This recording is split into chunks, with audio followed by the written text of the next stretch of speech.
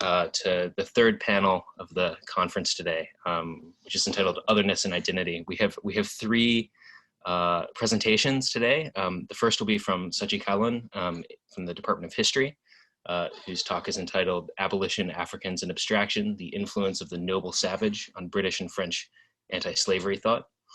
And then to be followed by Erin O'Malley of Comparative Literature, the Asian/Alien in American Legal Policy and Science Fiction, and Sally Chen from Political Science, Is It All a Mirage? Examining Religious Freedom in America.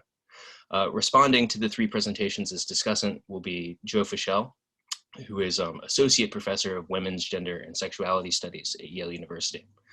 Joe is a theorist of social and sexual justice. He did his award-winning doctoral work in the Department of Political Science at the University of Chicago.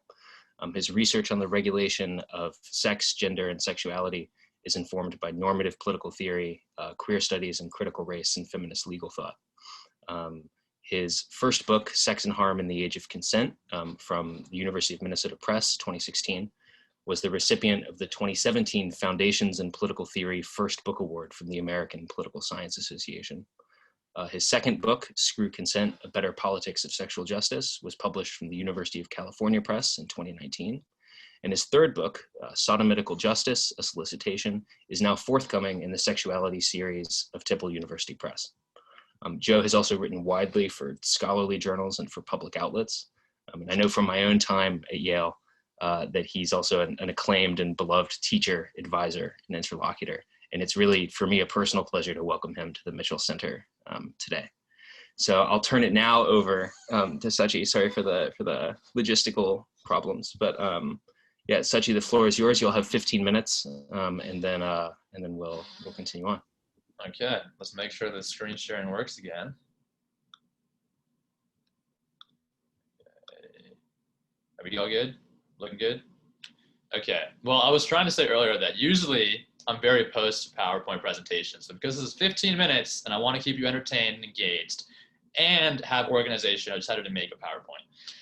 But before I start, I just want to thank all of you for joining. I mean, it means a lot that you're willing to listen to my research, which sometimes through the research process has felt, I mean, perhaps very exclusive to disciplines that I'm interested in. And by that, I mean that I love history, but I also love political theory and literature. And at times when we're conducting research, it can become frustrating when we don't see connections between our own research and contemporary events. But one of the really great parts about my thesis, I think, is that through the process, I realized there's a lot of parallels between what I'm trying to do and the contemporary world. And I'll try to analyze that further down in the presentation. But essentially what my thesis titled Africans, Abolition, Abstraction, the Influence of the Noble Savage on British and French Anti-Slavery Thought from 1787 to 1807 does is it tries to synthesize a lot of scholarly information and a lot of primary sources to show how the noble savage, which I define as, in a really basic sense, this interest among European thinkers, particularly in the Enlightenment, in the Native American or primitive communities in an idealized sense. It tries to trace how that trope evolved over hundreds of years into anti-slavery thought at the peak of the anti-slavery movements in Britain and France.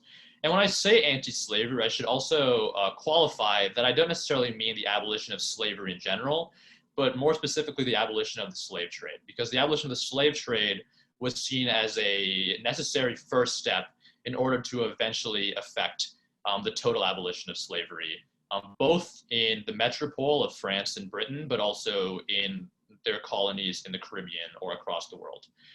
So this first slide is just a general poster I submitted to the history department. And it's not too important to read, but what it does show is the structure of my thesis. And there are three main components of my thesis. The first chapter looks at the evolution of the noble savage trope from when Christopher Columbus first landed on the shores of the Caribbean all the way up to the late 1700s, in which different Enlightenment thinkers started exploring the trope. This chapter isn't necessarily super novel. It's really just a synthesis of existing literature, and it provides some of my own evaluation on the primary sources that exist in the time period.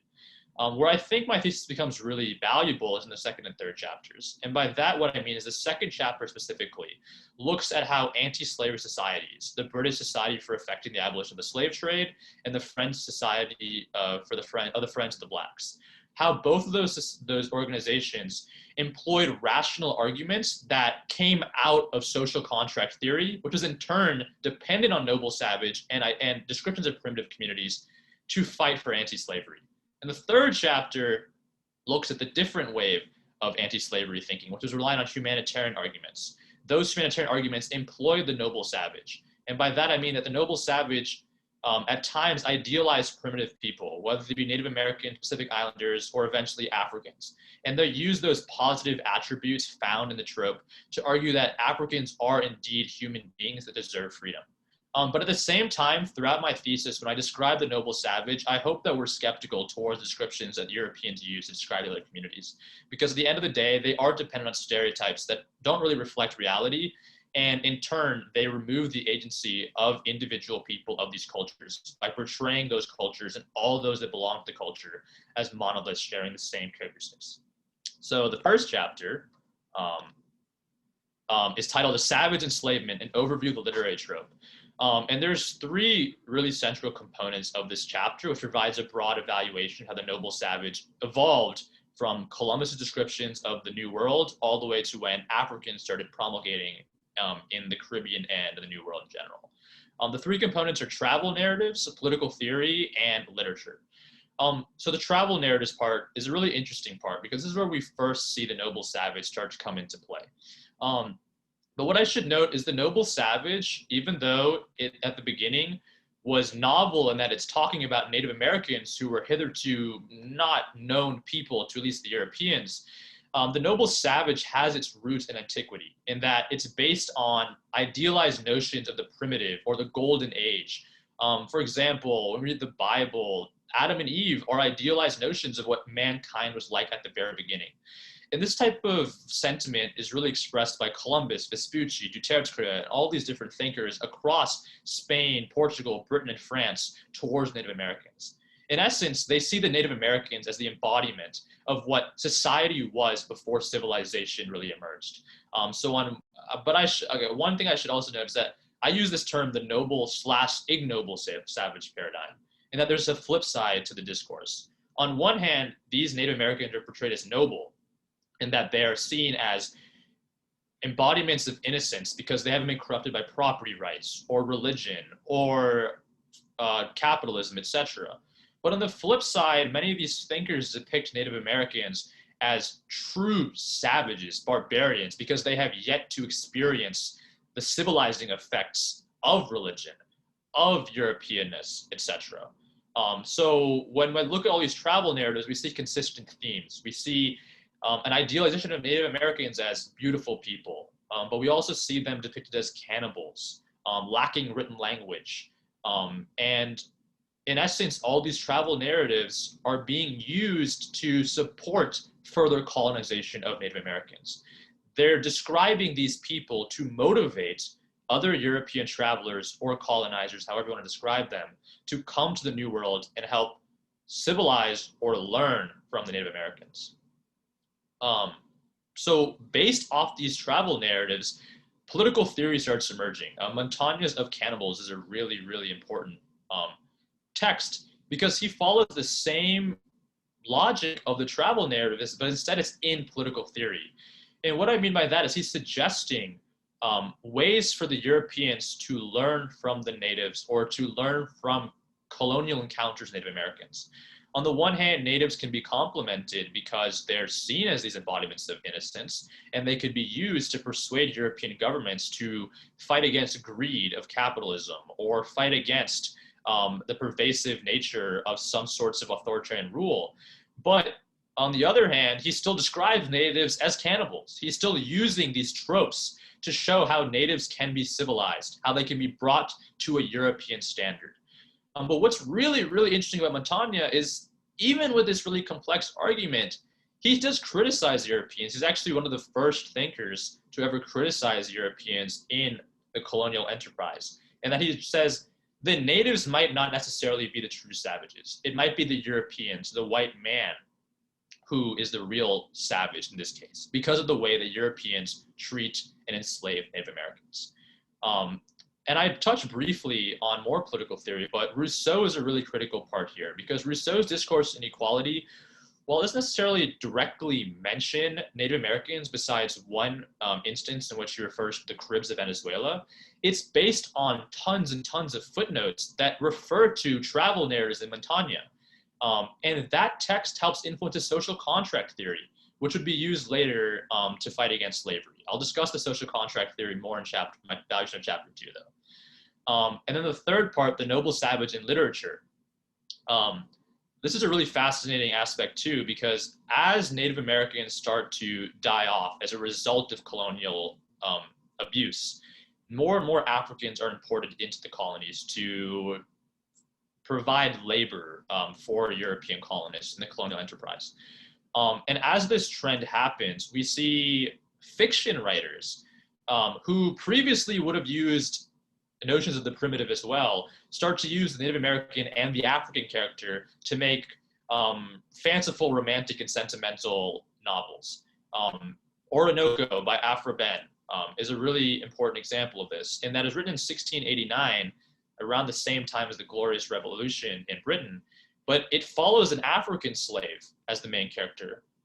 But again, even if it follows an African slave as the main character, it's not necessarily complementary, in that Orinoco, the African slave, is distinguished from all other Africans. He's seen as embodying European characteristics. He's seen as having a nose and a skin tone that's more like Europeans than Africans. He's seen as a royal figure who actually in his youth learned from European colonists. And while the text has some anti-slavery themes, at the end of the day, the fact that it's relying on tropes and only portraying Orinoco in a positive light by comparing him positively to Europeans indicates the problematic nature of the trope. And then Robinson Crusoe by Daniel Defoe and Alzire by Voltaire are other texts which follow similar trends, in that Native American or African or racially ambiguous characters are again only seen in a positive light through their positive comparisons to Europeans. Okay, chapter 2. This chapter is where the anti-slavery component really comes into play, in that it looks at the histories of the two main British and French anti-slavery societies, the British Society for the Affecting the Abolition of the Slave Trade and the French Society of the Friends of the Blacks. But before I go into those two societies, I do look at how anti-slavery thought, or slavery, or thought on slavery in general, existed from antiquity all the way up to 1787, which was when these societies were founded. I look at Aristotle's natural justification for slavery, which is based on improving the inferior. And here we can see parallels with the much later noble savage discourse, because the noble savage discourse is based on improving the Native American, or perhaps the Europeans improving from Native Americans. I look at Hobbes and Locke and how they use the primitive tradition to justify slavery by conquest. And then I also look at how, even though there's waves of opposition to slavery during the Enlightenment, Jean Baudin has a really important anti-slavery segment of his text, there isn't really a concise and collective fight against slavery until these abolitionist groups are created. During the Enlightenment, it's more so individual thinkers who voice opposition to slavery. But a lot of the times, their opposition to slavery is abstract and not necessarily grounded in the reality of the colonies. For example, Montesquieu, he has texts in which he talks about how slavery is inimical to certain Enlightenment values. It doesn't necessarily mean that he's talking about slavery that's actually happening in the colonies. He's simply talking about slavery as a political construct. But when I go into these abolitionist societies, this is where the noble savage really comes through. And there's two ways it comes through. The first is that there's one, the noble savage influenced social contract thinking, which posits that each individual has an obligation to one another in the same society as themselves, and that slavery is contradictory to, sorry, I was checking the Matt chat thing, but it's inimical to both The social contract theory talks about how slavery is inimical to a social contract in which individuals have obligations to one another. And the second is through humanitarian arguments in which people are seen as equals, or at least having sense. And both these organizations employ rational humanitarian arguments to different extents. The issue, though, is that the French society relies far too much on the rational arguments. And when we think about it, if you're trying to convince a mass public to fight against abolition, it's difficult to convince a mass public when you're making rational arguments that are so based in philosophy rather than the reality on the ground. The British case, on the other hand, employed popular movements through petitions and made other arguments besides rational arguments, which in the end made their case more effective. Chapter 3 is just an emphasis on the humanitarian arguments. I look at a lot of novels and poetry, and specifically, I look at Black British writers, Otabo Cugoano and Oluda Equiano, who employ the noble savage idea themselves to fight against slavery. On the one hand, these Black British writers portray themselves as noble Africans or noble savages. They say that they came from innocence and they were corrupted by Europeans, and that Europeans instead might be the real savage. But on the flip side, because they know their context, they also portray themselves as needing to be civilized by Europeans. And they argue that abolishing slavery is the best way to do so, because slavery only makes savages into greater savages, but abolishing slavery would help make them into a Europeanized ideal. So throughout this thesis, like I said in the beginning, I've always wanted to see the connections between the past and the present. And even though these topics were hundreds of years ago, the discourse on the noble savage still influenced Black thinkers in the 20th century. I just say Black Lives Matter, not Black Lives Matters. But beyond that, W.E.B. Du Bois, for example, 100 years ago, in his Souls of Black Folk, tries arguing that Black people deserve better education because doing so would spread civilization across the Americas and make them turn from a savage race into a civilized race.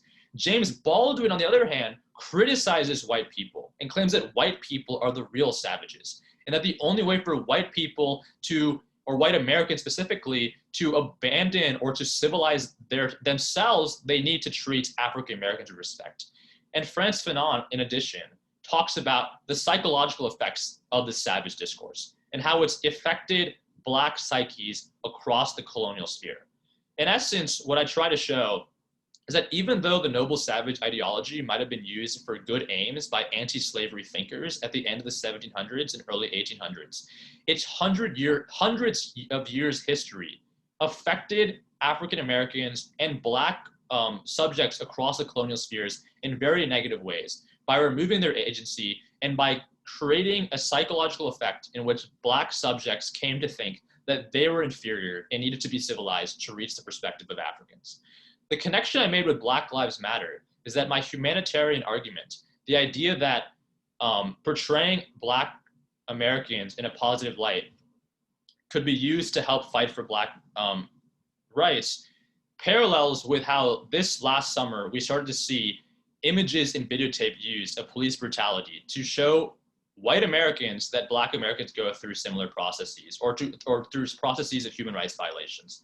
This parallels the 1700s and 1800s in which Black authors and white authors, Black artists, etc., use the noble savage to portray Africans as people that are suffering under the yoke of slavery and to fight for their rights. So those are some of the parallels. I apologize. I had to also accept all these waiting room people, which made things kind of stressful. But that was, in essence, my thesis. Yeah, so I had a good time with it. Thank you for all listening. Thanks so much, Suchait. I believe next up is Erin O'Malley from Comparative Literature. And I'll note also that although waiting room requests will pop up for all of you, you don't have to worry about them because we can take care of them on this end as well. Okay, I am screen sharing.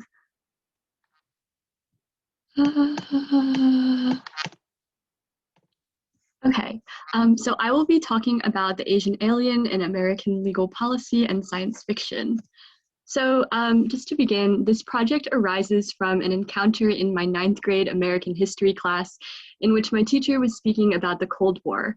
During his PowerPoint, an image of a poster from that time period depicting a Chinese person as an alien briefly flashed in front of me. Years later, when I began taking courses in Asian American Studies, I continued to think about that image from my class in high school and became interested in investigating the link between the Asian and the alien. To answer the question of what renders Asian subjects alien, I turned to the science fictional alien, and through this, the joint etymology of the word alien. So I have a quote here from the legal scholar Gerald Newman, who says, "It is no coincidence that we still refer to non-citizens as aliens, a term that calls attention to their otherness and even associates them with non-human invaders from outer space." And then I also have a quote from the Supreme Court case Chen versus the United States, which extended the Chinese Exclusion Act. And in this quote, Justice Field says, "Those laborers," referring to the Chinese, of course, "are not citizens of the United States, they are aliens." And so one of the central reasons I, in sort of turning to the science fictional alien, examine the comic Buck Rogers in the 25th century is because the birth of Buck Rogers in January 1929 marked the national syndication of the first American science fiction comic. Written by Philip Francis Nolan and illustrated by Dick Calkins, Buck Rogers became the progenitor of this form of comic that would go on to encode itself as a recognizable staple of American popular culture. That Buck Rogers features a villainous people called the Mongols, a gesture toward the American Yellow Peril, is particularly of note when we consider the role of this text as a cornerstone of science fiction comics and thus American popular culture at large. And so one of the reasons I included this quote is because, or the quote from Gerald Newman is because although scholars of both literary and legal studies have examined the subject of the racialized alien, no research exists that closely reads the bodies of Asian aliens in cultural texts vis-a-vis the legal history of Asian exclusion from American citizenship as ineligible aliens. So the first thing that I'm going to be talking about as a part of this project is sort of the brief legal chronology in sort of establishing alienage and then later ineligible, or the phrase ineligible alien. So indivisible from the fear of Asian immigration to the US was the fear of an America devoid of the ideals upon which it was founded, racial and religious homogeneity. From the chronology of these laws and court cases, we witness how the twin terms alien and Mongolian maneuver past legal and legislative hurdles as they are recast into the phrase aliens ineligible for citizenship. So first, I'm going to start by talking about the Naturalization Acts of 1790 and 1798. So although the terminology of court cases and legislative acts concerning immigration throughout the 18th and 20th century fluctuated between using the term alien and Mongolian as reference to Chinese persons, so as not to align the Chinese with the white aliens outlined in the Naturalization Acts of 1790 and 1798, the terms alien and Mongolian became entangled with one another because of their shared referent, eventually signaling a subclass of aliens, the alien ineligible for citizenship. So the Naturalization Act of 1790 states that any alien being a free white person is eligible to become a US citizen. And so in stating this, this act ruled out people of color from inclusion as American subjects who are fully franchised. The whiteness of the alien subject was then further cemented by the Naturalization Act of 1798, which further names the alien to be a white person. We see the usage of the term Mongolian in the California Supreme Court case People versus Hall, which determined that Chinese persons could not testify against white citizens. Drawn from 18th century anthropologist Johann Blumenbach's logic of scientific racism, from which the terms Mongolian and Mongoloid emerged, the court argued that, as members of the Mongolian race, the Chinese could not be considered Caucasian and were therefore not white. Pivoting back to the word alien, the passage of the Naturalization Act of 1870 declared that aliens of African descent were eligible for citizenship, demonstrating the instability of the term alien and that it had become even more tenuous. With this act, a new, though unnamed class of aliens emerged who did not have the right to naturalization. As such, Asians became a part of this disenfranchised group of persons, with the Chinese becoming excluded from entering the US in 1882 with the Chinese Exclusion Act. The first instance in which the Chinese were for the first time explicitly named as aliens occurred in the 1889 Supreme Court case Chan Ping versus the United States, which challenged the Scott Act of 1888, a law that extended the Chinese Exclusion Act of 1882. Later, the naming of the Chinese and other Asians as aliens would specifically delineate their ineligibility for citizenship. The phrase ineligible for citizenship would even come to serve as another way to refer to Asians in the US.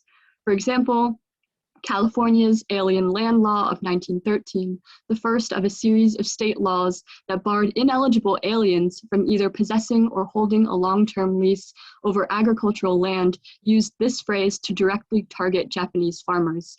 Lastly, in this brief chronology, came the Immigration Act of 1924, which again targeted the subject of the Japanese migrant by declaring that no alien ineligible to citizenship shall be admitted to the United States.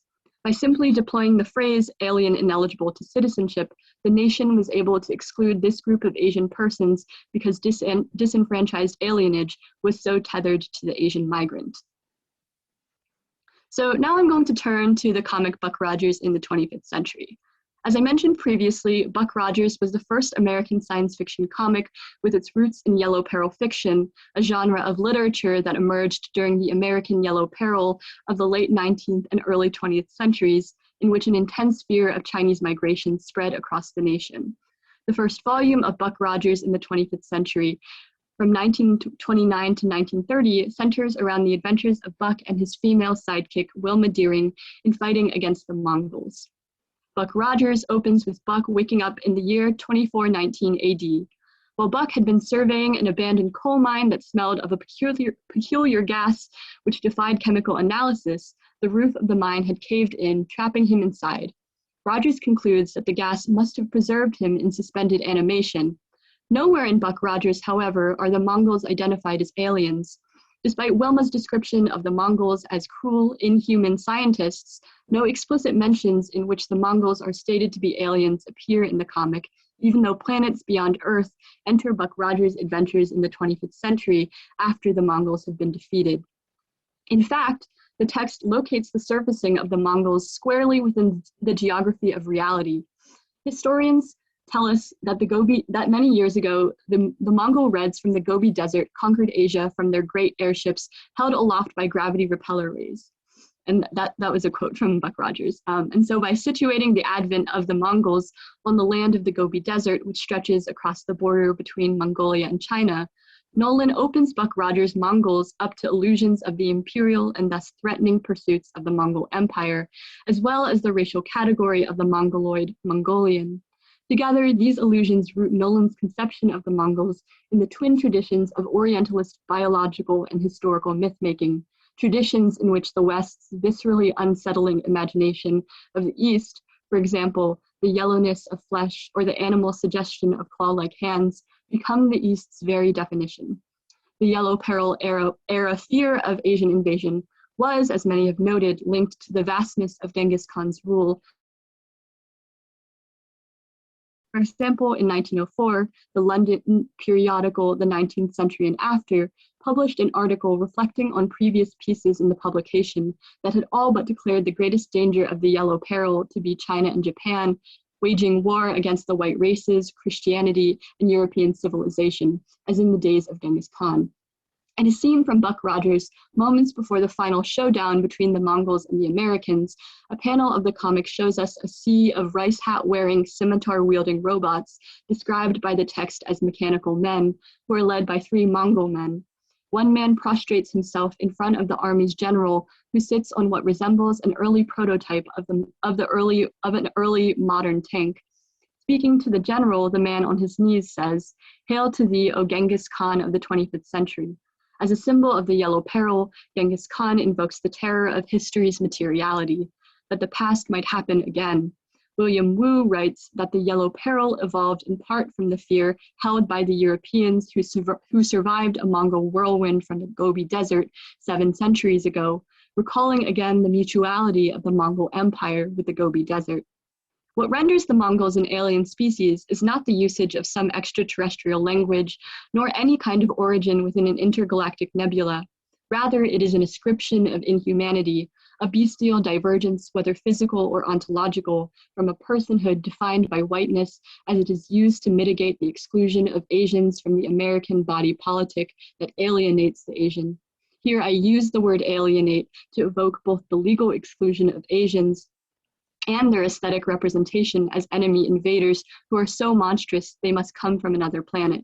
When citizenship is reiterated as a right belonging only to white men, the names that claim the bodies that fall outside of this privileged group intensify in their insistence on deviation, deciding them to be more foreign and thus more terrifying.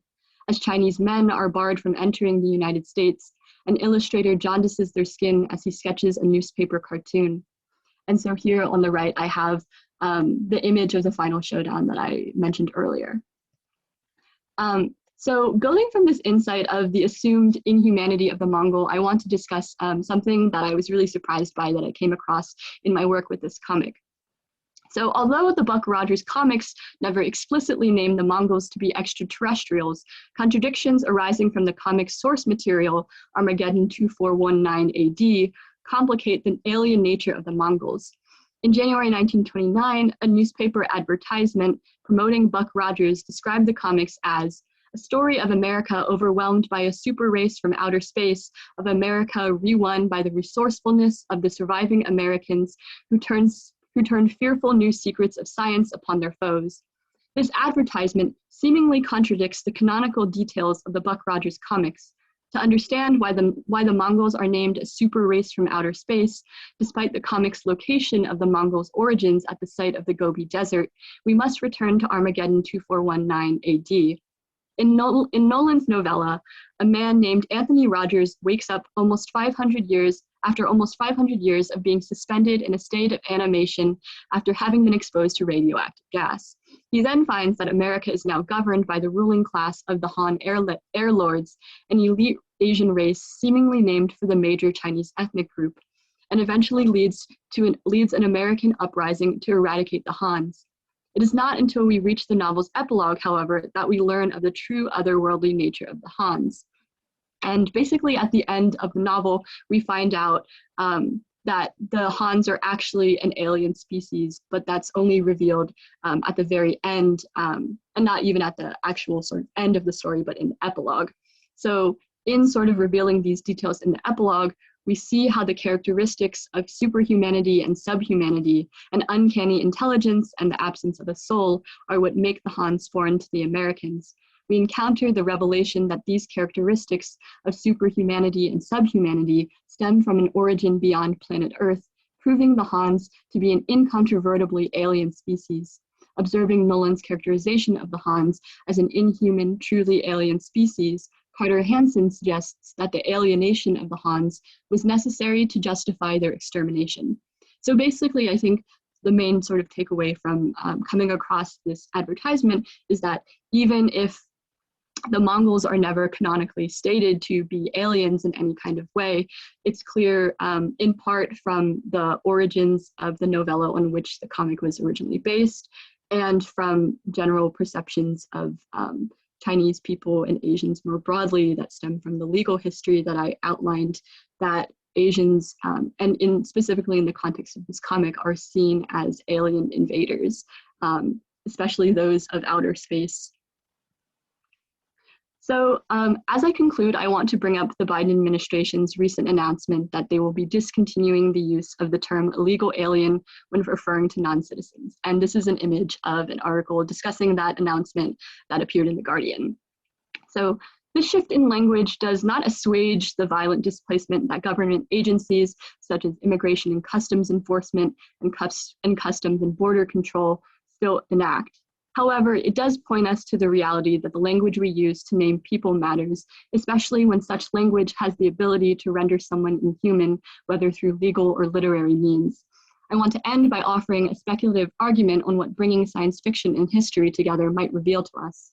If we return to the definition of the alien, which is any person not a citizen or national of the United States, we find that this alien is designated by what it is not rather than by what it is. It is only possible to name the alien in the context of migration by its hollows, the privileges of citizenship that are not afforded to them. Thus, the linguistic void of the alien of the law creates a condition in which the term's absorption of the archive of popular culture is compounded. Enter the science fictional alien and its multitude of representations spanning novels, comic books, films, video games, and other media. As opposed to the alien of the law, we know exactly what the science fictional alien is: an intelligent being from another planet, an extraterrestrial. The science fictional alien may not directly invoke the alien of the law because its definition is already full.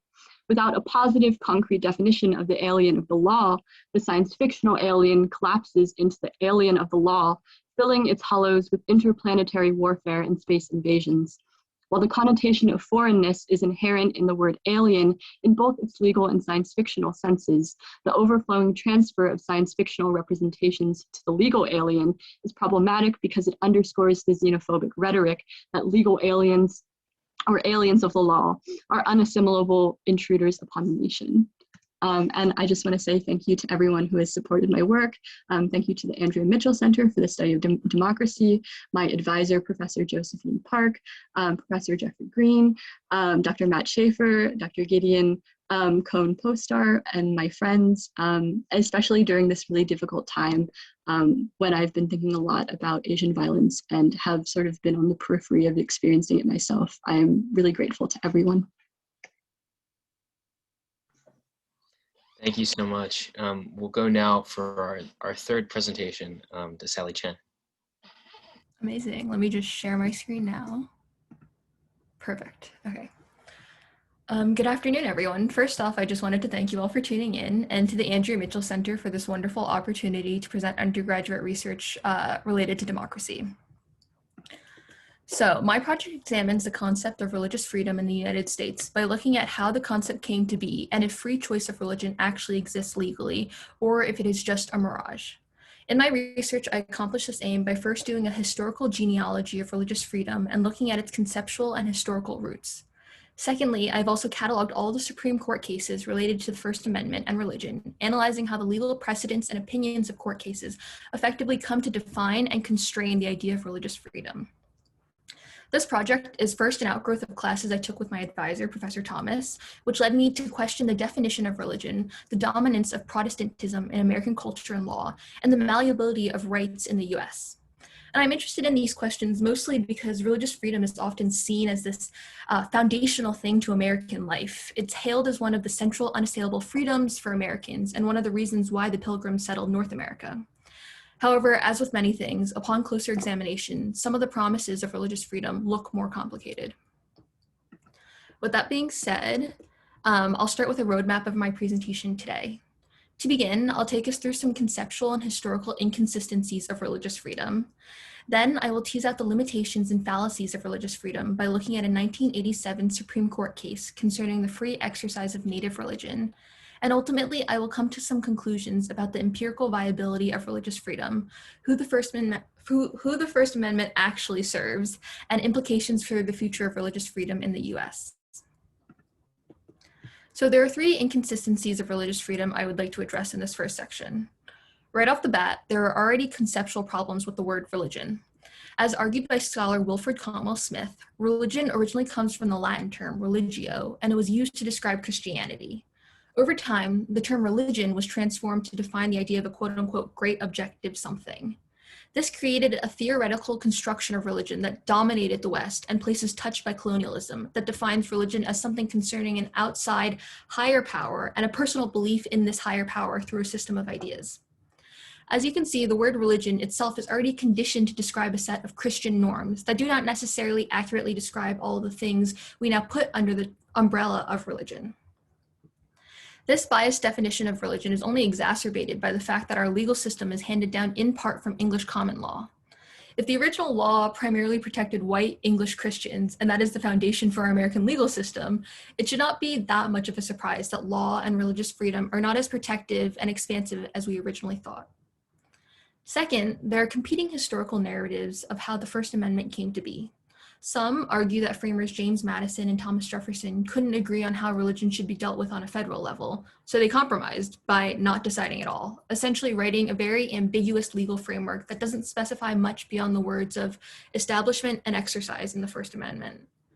In contrast, others argue for a states' rights interpretation, saying that the framers purposefully made the First Amendment ambiguous to give states more power and to diminish federal power. And regardless of which narrative you find most convincing, it's clear that the founding story of religious freedom in popular culture is not so stable. This instability means that there's not this unassailable freedom for anyone to, quote, practice any or no religion in the US. And finally, the last inconsistency of religious freedom I want to touch on is the dangerous fickleness of freedom in the United States itself. This nation has always espoused ideas of equality and freedom for all, but at different periods of time, including this current time, freedom is not guaranteed for all, despite any laws or espoused politics. And various groups such as Black people and other racial minorities, natives, women, the LGBTQ community, and others, including people at the intersections of these identities, have all been denied freedoms or rights throughout history. Accordingly, religion and freedom are highly biased concepts in themselves, and when put together have created an even more unstable idea of religious freedom. Thus, from the very beginning, religious freedom in the United States has always been malleable, disagreed upon, and lacking a singular status. Essentially, it's a mirage, something that seems to exist, but in actuality does not exist as we see it. And though this malleability of religious freedom need not be bad, indeed, perhaps it is good to have a living constitution that reflects the times and the needs of people. What actually appears when we look at invocations of religious freedom in politics is that it is manipulated to serve certain goals and powerful actors. It is a proxy, a front, a Trojan horse for other political concerns. For example, in 2015, when the Pope visited the White House, President Barack Obama said, "Here in the United States, we cherish religious liberty. It was the basis for so much of what brought us together. But around the world, at this very moment, children of God, including Christians, are targeted and even killed because of their faith," end quote. In this quote, Obama leans on the malleability of the religious freedom narrative to advance claims of American exceptionalism as us being the only ones that have religious freedom. And he also perhaps provides a reason for neo-imperialism and intervention in places where, quote, children of God are being targeted and killed. And thus, all of this sets the stage for how religious freedom is a mirage. So my research explores 1, the tension between the promises of the First Amendment and the actual biased results found in the Supreme Court case rulings, and 2, how these court cases create limited conditions for protection under First Amendment and how they dictate the religious choices presented to Americans. What I end up focusing in on is that Americans are told that they have options and choices when it comes to their religion, when in reality they do not, essentially the creation of false choice. And so to address the failures of religious freedom, I will look at the case of Ling versus Northwest Indian Cemetery Protective Association, a Supreme Court case that was argued in 1987 and decided in 1988 under the Rehnquist Court. The case details are as follows.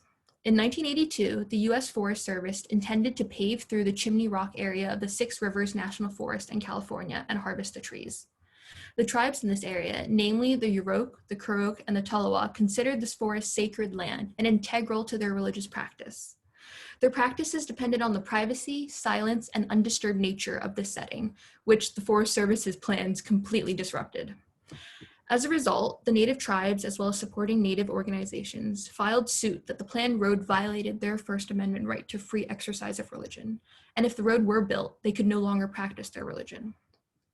But the court ended up deciding 5-3 that the Forest Service was free to harvest the lands and pave the road, and that there was no violation of free exercise of religion because the inability to practice native religion was only secondary and not an overt penalization of their belief. And so Justice Sandra Day O'Connor, wrote the opinion for the court majority, acknowledging that the U.S. Forest Service's plans would, quote, interfere significantly with private persons' ability to pursue spiritual fulfillment according to their own religious belief, but that the free exercise clause simply cannot be understood to require the government to conduct its own internal affairs in ways that comport with the religious beliefs of particular citizens, and that government simply could not operate if it were required to satisfy every citizen's religious needs and desires. Furthermore, the court opined that there is no overt penalization of natives for their beliefs, and moreover, they are not denied benefits enjoyed by other citizens, so the Forest Service's plans could continue constitutionally. But what this opinion ends up demonstrating is how religious freedom in the United States fundamentally misunderstands what the natives practice as their religion. And as a result, the law only protects dominant religious groups that conform most closely to the mold of Christianity.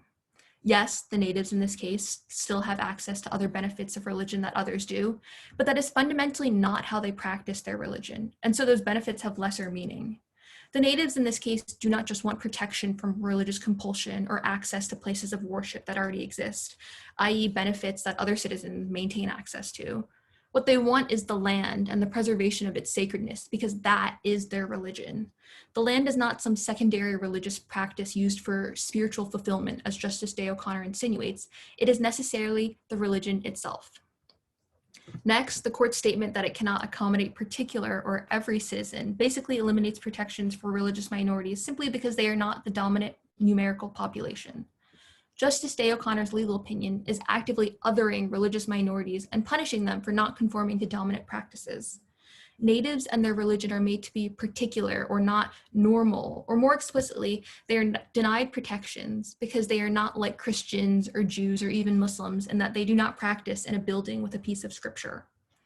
And while I understand that there must be a stopping point somewhere and that every single thing cannot be protected, just as free speech doesn't protect speech that incites violence, it does not necessarily make sense why cutting off native religions from protections seems to be the stopping point in this place. In this case, there's no clear threat by native religion to other citizens or governmental order.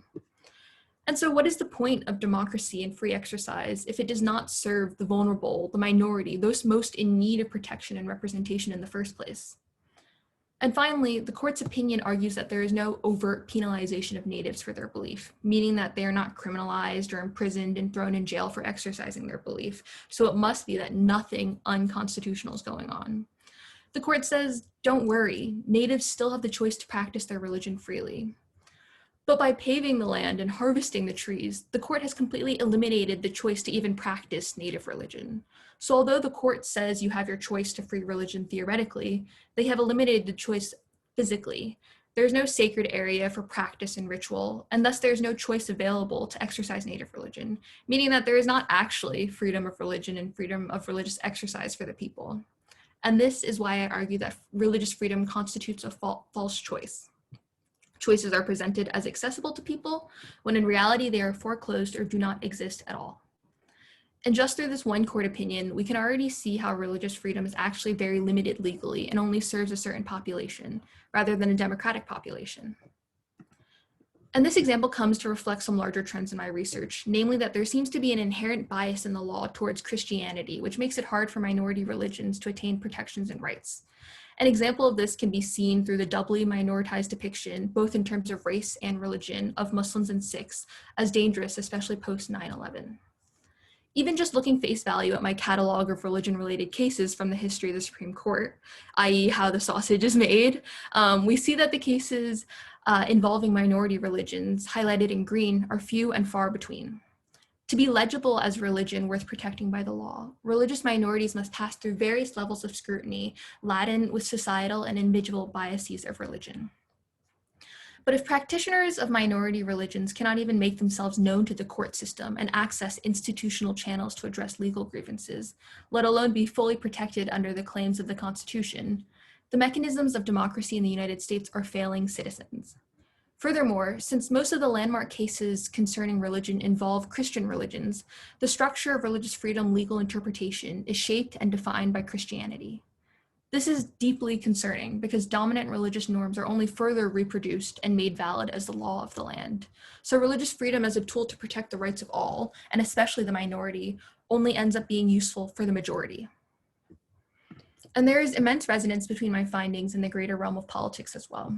For example, the passing of Burwell v. Hobby Lobby allowed the Christian religious majority to get protection for their views on contraception and life through the claim of religious freedom, in turn affecting the livelihood and reproductive justice of numerous others.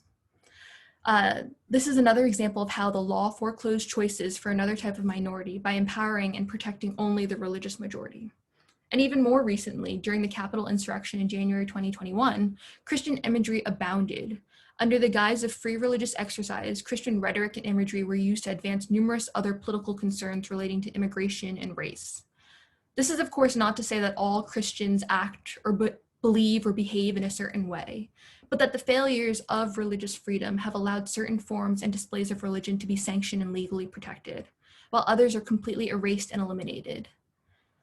Furthermore, this protection of mainly the religious majority has made it easier for other political concerns that may not be related to religion to hide behind the claim of religious freedom.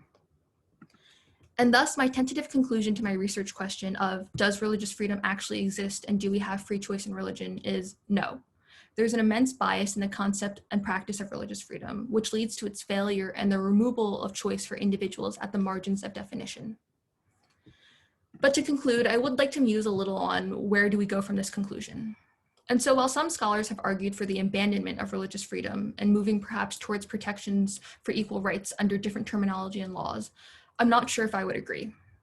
I think there's still hope in the concept of religious freedom. If the law is malleable and shaped in one way, perhaps it can be changed again and shaped in another way, for the better and towards more democratization. And most importantly, I think this is a hopeful point for the intersection of the academy and practice, which is always a concern for scholars in how our research grows and informs public life. I think a broader, more expansive understanding of religion in the legal system and in the minds of lawyers, judges, and public servants is necessary. This understanding of religion that shows how people in America actually practice religion and live religious or non-religious lives can come from the academy. Furthermore, scholarship can help inform policymaking rather than only the policy think tanks and public servants who are very immersed in the bureaucracy of Capitol Hill who inform policy now. And history has long been said to swing on a pendulum of time, 2 steps forward, 1 step back. And whether you actually believe that or not, it is clear that the fight for and over religious freedom is ramping up again. After a slew of landmark religious freedom cases in the mid-20th century and only a trickle of cases related to religious freedom in the past 4 decades, religious freedom is once again emerging at the forefront of the Supreme Court and the public's concerns, as seen by the Hobby Lobby case and the Masterpiece Cake Shop versus Colorado case. And just recently, the court turned down a case about states' rights to deny gay couples adoption rights due to quote-unquote religious claims. So this is exactly the time where scholarship and hope in scholarship can boldly get involved in practice and governance to oppose the closing off of foundational protections like religious freedom, and instead make these laws even more democratic than before, and to help these laws recognize the beautifully complex lives that people live and actually do us some justice. And with that, I will conclude my presentation. I would like to thank everyone for listening, and I look forward to questions at the end. And most importantly, I would like to extend special thanks foremost to my amazing advisor, Professor Julian Thomas, as well as special thanks to our supportive fellowship advisors and my peers and wonderful family and friends for their support. Thank you. Thank you so much, Sally. All right, well, I'll hand it over now to Professor Fischel. To present his discussant remarks, but if there's anyone in the audience who would like to add a question or be in the Q&A queue to ask something, just put your name in the chat and I'll call on you in the Q&A period. Okay, you can all hear me okay. Cool. Those were terrific. They were terrific essays to read and terrific presentations to watch and learn from. So thank you for letting me be a part of your learning and thesis experience. I think I will just go in the order in which they were presented. Yes, there's a little bit of a sort of false equivalence because I take it that Suchait, I'm going to maybe call you by your first names or last names because I have your last names here, Kahlon. Oh wait, you're all right there. Okay, Suchait. Right, there's a bit of a false equivalence because Suchait's paper, I take it was a year long and like 140 pages. The other essays I take to be semester long. But I'll do my best to be equitable. But I'll start with Suchait's. So, I mean, first, I just think and this came out in the presentation, the archival work is just really stunning, and that your research is stunning across, your work across political theory and novels from different time periods and poems and propaganda literature and travelogues. It's really breathtaking and quite admirable. So congratulations. And I think all more or less substantiate the claim of sort of watching the noble savage travel across time and space and deployed ambivalently, for abolitionist arguments. I also really appreciate the subtlety of, abolitionists towards slavery versus the slave trade, and that in fact, abolitionist arguments against the slave trade can sometimes end up bolstering, the kind of affective defense of slavery. But I can come back to that. Okay. The different engagements with the British and French stories were also rather amazing, and explaining the different paths that British and French the anti-slavery organizations took by virtue of, say, differences in political culture or historical phenomena, or just like sheer, contingency or coincidence, or some random person was the leader, and that, I found that all very compelling.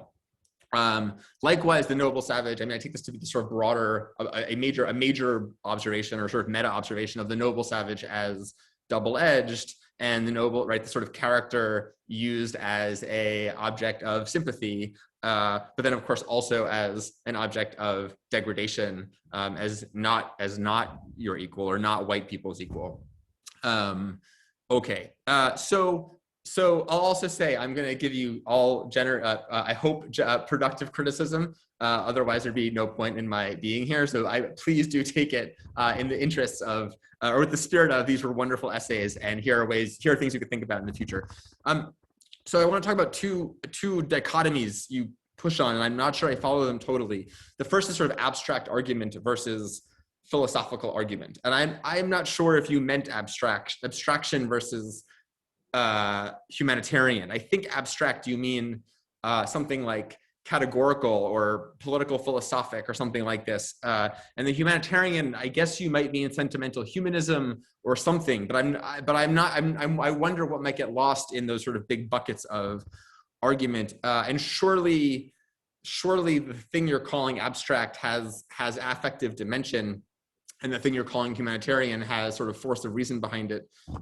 So, I was looking at your image, but I think you showed it in the slides in your thesis, wait a second, on page 87, but it's also, I think it is a copy of the first image on your slides of the slave in chains, with the knee bent, and it says, am I not a man and a brother? And I just thought, what a beautiful illustration of my argument, right? Which is that the image seems to invoke our sympathy, right, at the sort of suffering of another, but the message seems to invoke our empathy. Am I not a man, right? Like you reader, like you viewer, am I not a brother? Which brings me to my second question about the kind of dichotomy is I think you slip back and forth between empathy and sympathy. Or you sort of use them interchangeably, and I think to your loss, I think it might be a stronger argument to think about when these various tracks are invoking our sympathy, which is to say our understanding of pain for another, and when they're invoking our empathy or kind of imaginative substitution, right? We could be that person. The point is not one is good and one is, both are double-edged. Sympathy has a sort of relation of derogation or defamation, or not defamation, subordination. But of course, empathy can lead you to all kinds of problems, because in your imaginative substitution, you can just substitute the person you're imagining out of your world and just imagine yourself in their place. So it's worth thinking about that. A weird resource for you, which, not that weird, is Laurie Gruen's book called Entangled Empathy.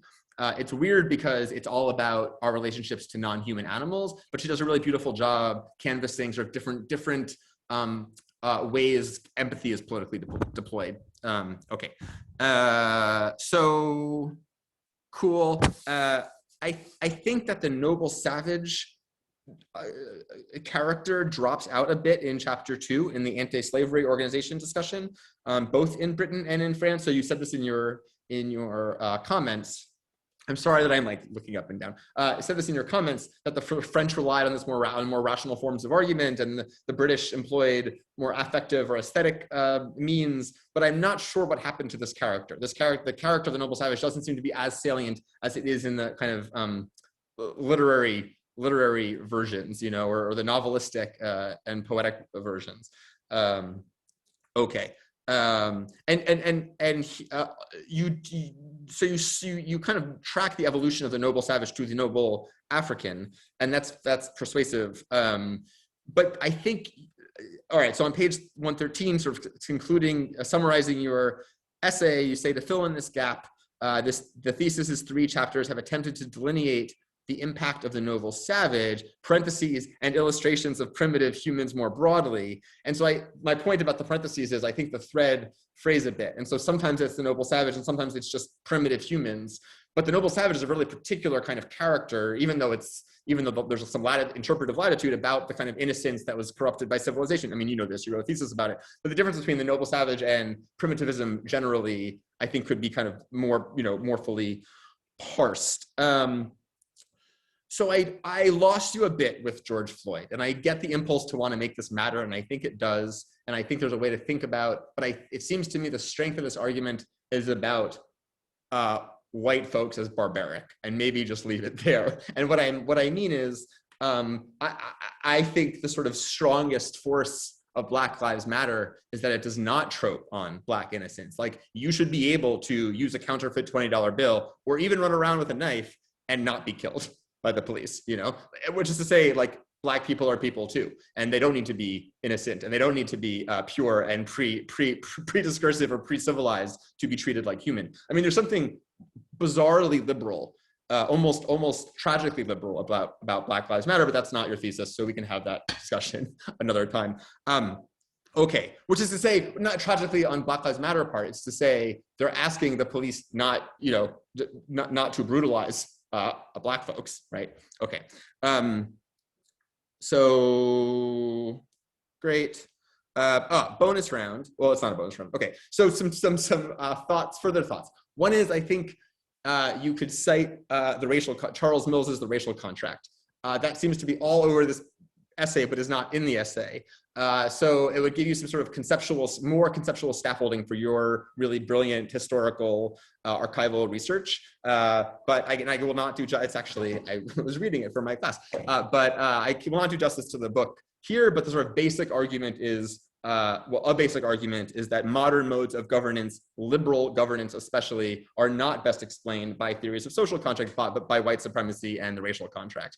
And he talks a lot about the differences between barbarians and savages, rhetorical differences, and also the way in which, we now just call this hegemony, the way that the ignoble savage and the noble savage can both be used to perpetuate white supremacy, depending on, the moment and which figure, will be deployed. You might also be interested in Robin Bernstein's Racial Innocence.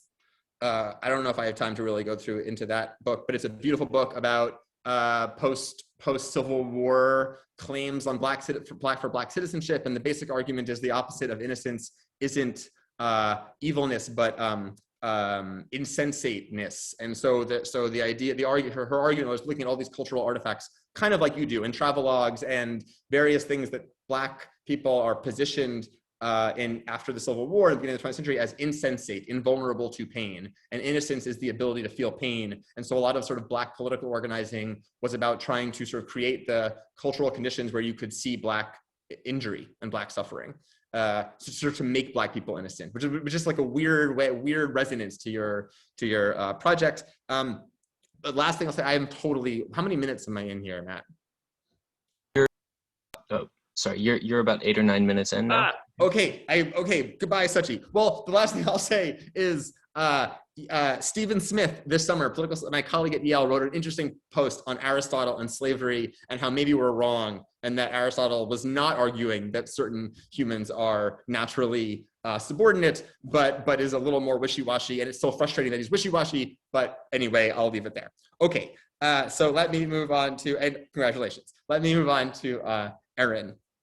Which is out of order in my notes and the way I read it, so I'm going to be a little flustered. But okay, so I just first want to say I think the alienation play on words is really, really extraordinary, and not just a play on words, but really important. Like both about alienating, as in like marginalizing, but making into an alien, and how that happened at the turn of the 20th century for Chinese Americans and then Chinese folks, and then Asian immigrants, and more broadly. I think that's amazing. And the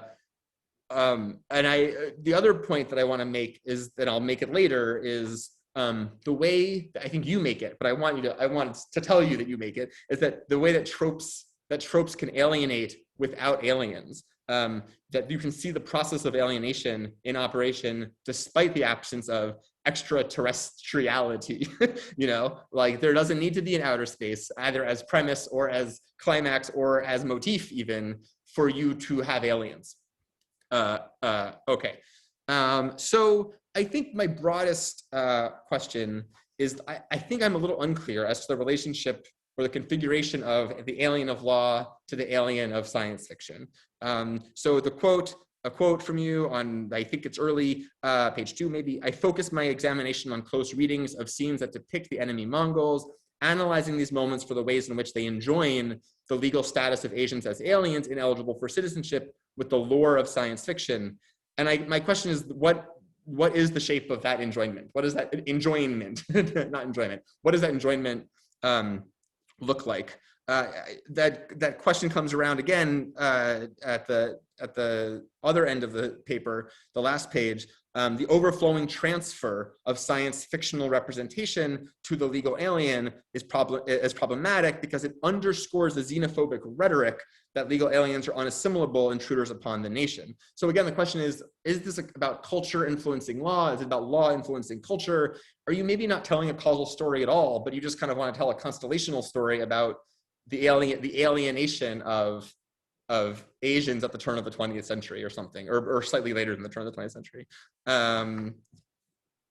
Okay, this is out of order and forgive me, but I wonder also for a future version of this paper, where are counter narratives? Like I want some like good Asian American comic book artists and sci-fi, there have to, right, and sci-fi folks and people who kind of produce alternative versions to challenge all of the horrible alien, racist alien discourse. Okay, so now I have to find the, okay, so this is maybe a version of what I just said, but you go through the various bars on citizenship and labor practices and owning property against Chinese and later against other Asian populations, and that section is really instructive and wonderful.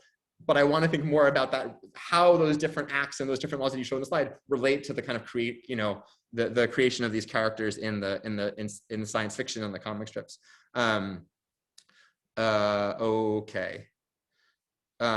I noticed Googling around that Buck Rogers has this multiply mediated life. Like there's a film and there's a TV series, I think, and there's the comic strip and the kind of antecedent book. And so maybe another story is to think about like how these different tropes play out in these different media.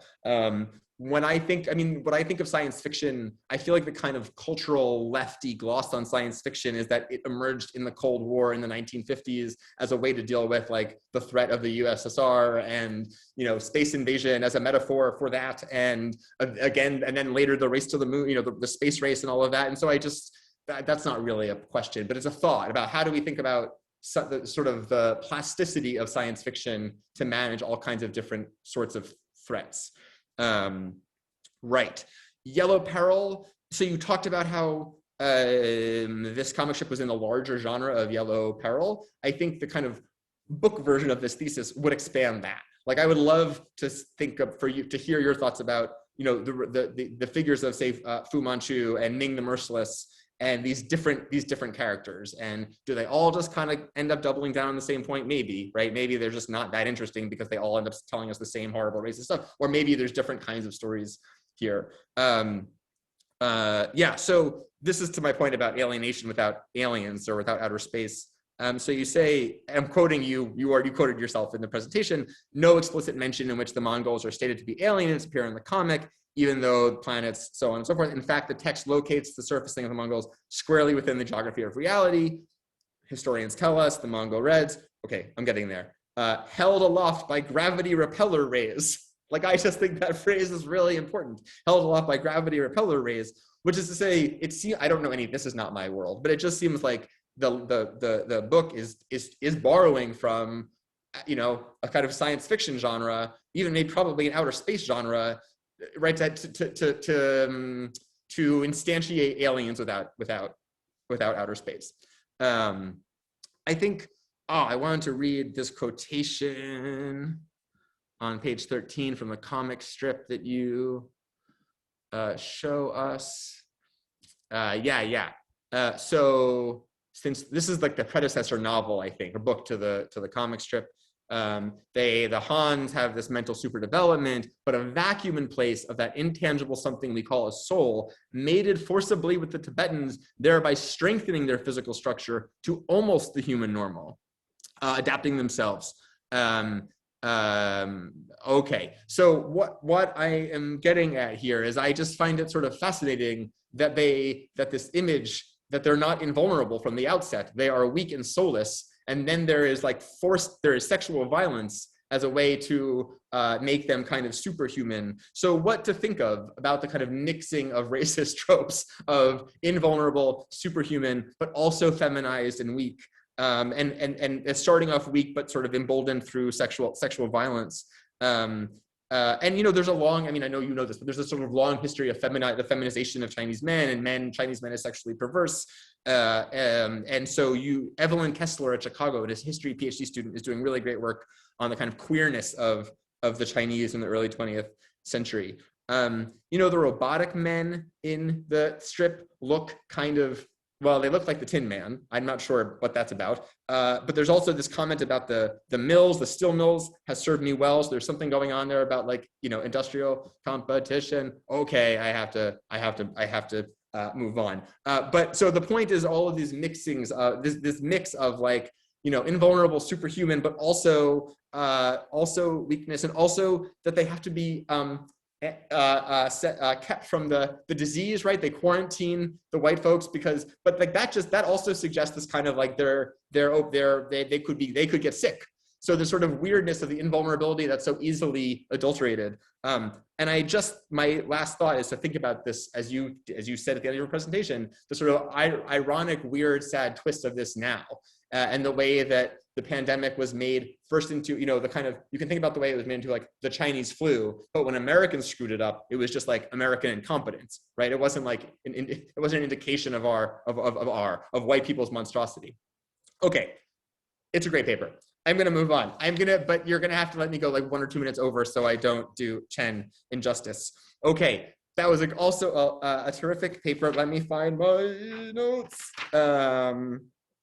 Okay, so I take the sort of largest point to be, and I also recognize that your advisor and many people here who are much smarter than I am about religion and American religion and the First Amendment, but I'll say my comments anyway. So I take your point to be, the largest point to be our United Statesian versions of religion are Protestantized. And so the Protestantizing of religion has bad consequences for everybody else, and for religious minorities. And so you can take this all, from Locke and Letter Concerning Toleration, right? We can tolerate everyone, but not atheists because we can't trust them, and not Catholics because there's a pope. And so then what does what does religious toleration mean? Okay. And I also love the emphasis on belief, that sort of, the United Statesian focus on belief as a kind of index of or exhaustive of religion. I love the evidence of the presidential speeches and addresses. And you say religious freedom is not a peaceful, stable right, but a proxy war for competing ideas of nationhood, empire, and freedom. That's all seems spot on. I guess I wonder, you set up this dichotomy of, is it a proxy or is it a real principle? Is it a mirage or if it's true? And I guess I want to ask, does it gotta be either or? Can't it be both? And in fact, if it is both, might that strengthen your argument, which is to say, religious freedom for some, but not for all, or religious freedom for all, but in varying degrees that are minoritized or racialized. I'll come back to that in a moment. I'll skip over my various quotations of you, but you say things like their religion is barred, is read as illegible by the law. What I aim to show is Americans are told they have options and choices when in reality they do not. So it seems possibly overstated, even though I take the point. I love I think the use of the Warner v. Boca Raton is important, but the facts of the case might help substantiate your argument. I think maybe you needed to look at Yoder, Wisconsin v. Yoder, where the Amish are allowed to take their kids out of public schooling after 8th grade. On the one hand, that would contradict your argument. On the other hand, it might not, because the point would be it's racialization that's happening at the same time, right? It's not just that the First Amendment doesn't extend to religious minorities. It's that if the Amish might have a better go at it than, say, Muslims, right? Okay, it's a counterfactual, but it is what it is. I don't quite follow the thought on the insurrection and what the argument there is. What the argument is there? I presumably, if people said it was our religious freedom to tear down the Capitol, they would be that claim would be quashed in court. Although, to your point, the guy who only eats organic food got his organic food. It was unclear if he was pressing a religious claim or not. But we might think again about racialization and white privilege. Okay, so I think in the interest of time, I am just going to, forgive me for being pedantic. I think the Ling case is obviously a very important case for you. And I think your most powerful argument, right? That this, like, the land is religion. I don't know enough about Native American religions to say that's true or not, but I think it's an important counter argument or argument to make. I think though, the next version might want to look at Employment Division v. Smith, which is very famous, and I'm sure you know of it, and RFRAs after that.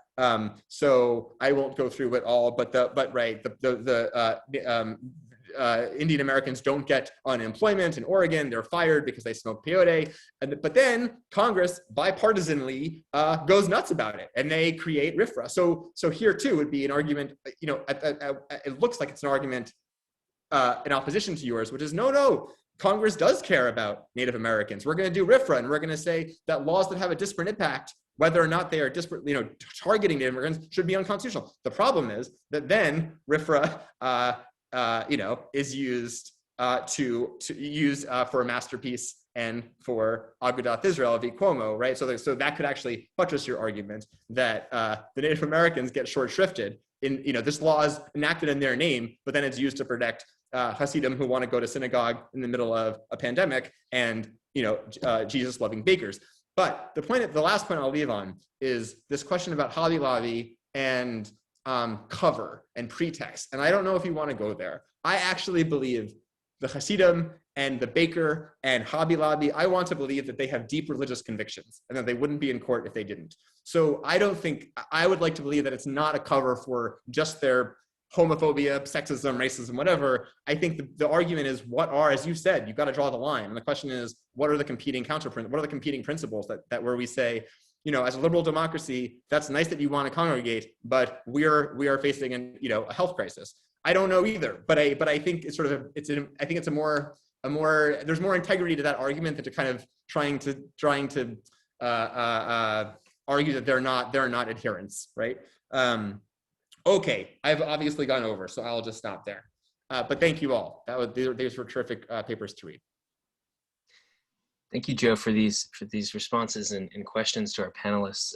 We're at the end of the session period, but we're just going to take a couple minutes to give each of you a chance to say something briefly in response to Joe's comments, and of course you can continue to be in touch with him afterwards as well. But if you just want to take a moment to respond in the same order, Suchait, if you wanted to say anything. Yeah, thank you so much for putting in the effort to read every single one of those pages, specifically when you even quoted from page 113. That indicates how much effort you put in. But I agree with all of your criticisms, honestly.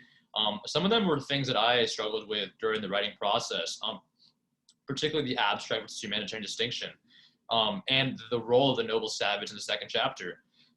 Those are some feedback I was from earlier too, but to the abstract humanitarian issue, I definitely could have resolved that in a better way. But the noble savage disappearing, this is one of the flaws of my decision to conduct research at the same time as I wrote my thesis, is that when you start to see that certain things aren't really working out, you're kind of just stuck with it. And that's what happened with my second chapter. But yeah, but thank you so much for reading all of it. I really appreciate it. Erin? Yeah, yes, just echoing Suchait's comments. Thank you for taking the time to read and respond to my essay. I think I was really struck by your point about or the question of if I was creating a constellational story rather than maybe one that is more traditionally narrativized. I think that is a question that sort of in like confronting that now, I'm not totally sure of the answer, but my intuition is probably that I created one that was constellational, but that was not necessarily intentional. So that's definitely something that I want to reconsider and like reevaluate if or return to that work, sort of knowing what my intention is. I also think the question of sort of what the enjoyment of the alien of the law and the alien of science fiction is a question that I think similar to Suchait, sort of only sort of got to that point through writing. And I think there were a lot of definitely constraints of this semester, but I am really excited to sort of return to thinking about these ideas and questions. And I'm, again, really grateful for your feedback. Sally? I'll write us out then. Again, thank you so much for the amazing generative comments. Definitely will be super helpful in like adding on to the paper and just the final stretch too.